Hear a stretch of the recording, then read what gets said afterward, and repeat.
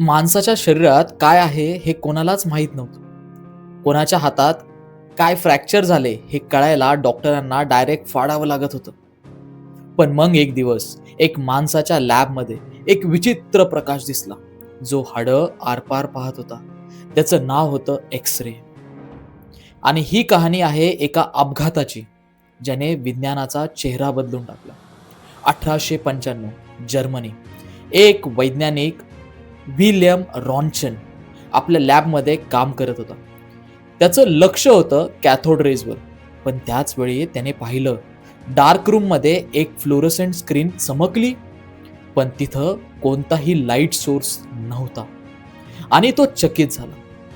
काहीतरी अशा प्रकारचा किरण निघतोय, जो दृश्य नाही पण प्रभावी आहे. तो म्हणाला, हे कोणते रेज आहेत?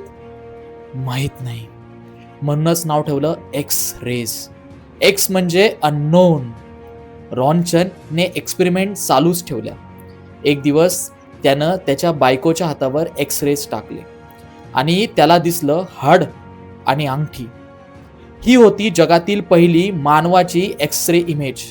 त्याने ती छापली आणि सगळ्या जगात हल्ला वल्ला उडाला.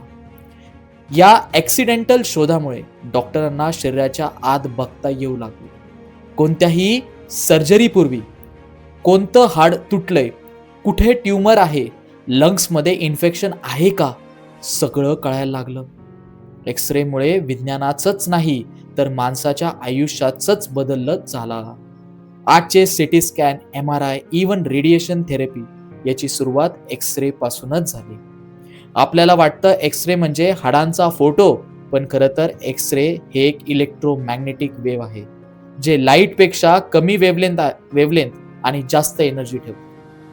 त्यामुळे ते मासं आरपार जाऊन हाडांवर अडकतात आणि म्हणूनच हाडं पांढरी दिसतात.